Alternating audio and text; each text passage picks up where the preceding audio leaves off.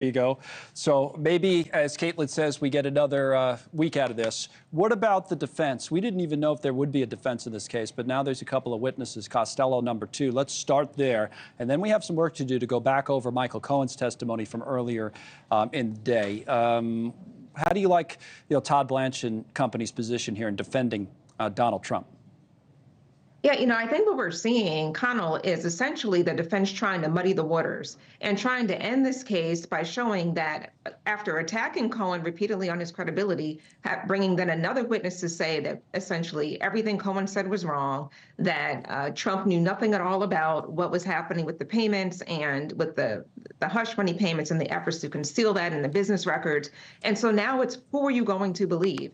And so once you muddy the waters, remember, that's all the defense has to do, which is show reasonable doubt. They don't have to prove anything. They have to just cast doubt in the jurors' minds, and that's what they're trying to do. Are those waters muddied, in your mind at least? They are. They are. I think the state has a problem. I think that the defense they poked enough holes and certainly attacked Cohen's credibility. Obviously, he's already been convicted of perjury previously, so that's a problem. What was the biggest problem on that? I have a few examples I can pull up, but I want to hear yours first. What was the biggest problem that was exposed in the prosecution's case, do you think?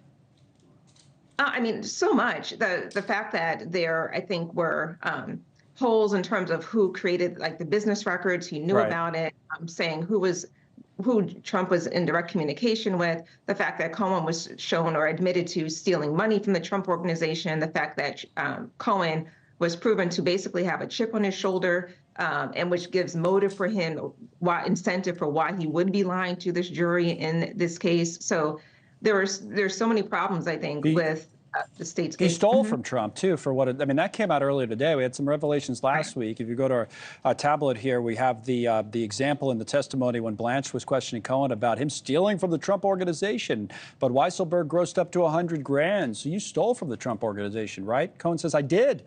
Blanche, have you been prosecuted for larceny or even made to pay it back? Cohen, no, sir. So that was today. We had some revelations last week, and Cohen's credibility has always been called into question. Now we find out he stole, a significant amount of money and admitted to it from the guy he was working for.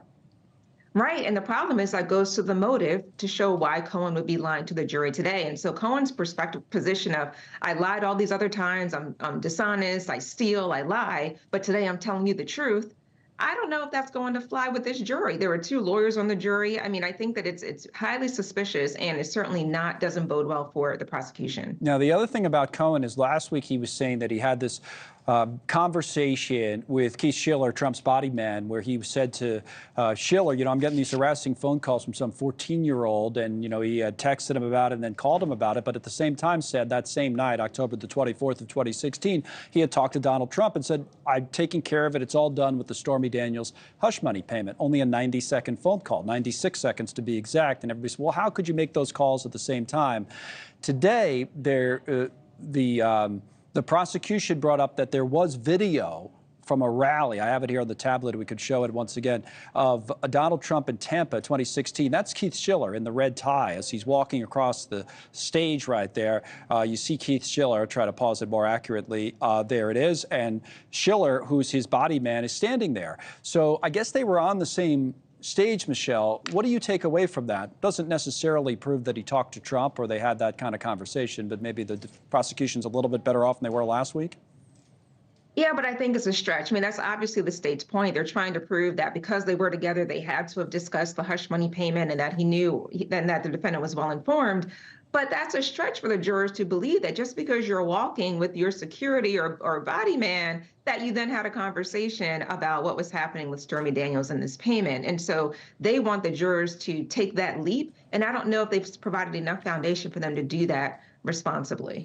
Thanks so much for watching. Just go to joinnn.com to find NewsNation on your television provider. And don't forget to click the red subscribe button below to get more of NewsNation's fact-driven, unbiased coverage.